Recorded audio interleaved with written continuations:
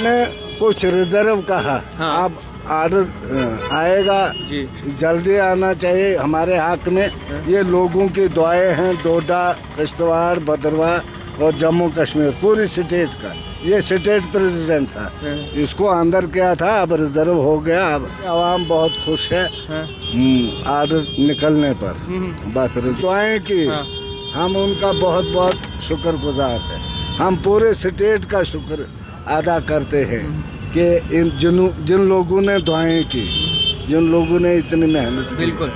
ये हमसे नहीं हुआ, ये दुआओं से हुआ। नहीं आएंगे, क्यों नहीं आएंगे। इंशाल्लाह हमारे हक में फैसला होगा।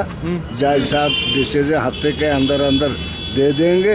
आवाम को हम मुबारकबाद करते हैं। उनको 6 महीने तड़पते हुए मतलब दुआएं की, उनकी दुआओं से ये रिजर्व हो गया। अब ऑर्डर का इंतजार है, तब हम आएंगे। फिर आए लोगों को था, पूरी स्टेट को, पूरे डिस्ट्रिक्ट को, जितने भी बारामूला, कुपवाड़ा, टंगडार, रियासी, पुंछ।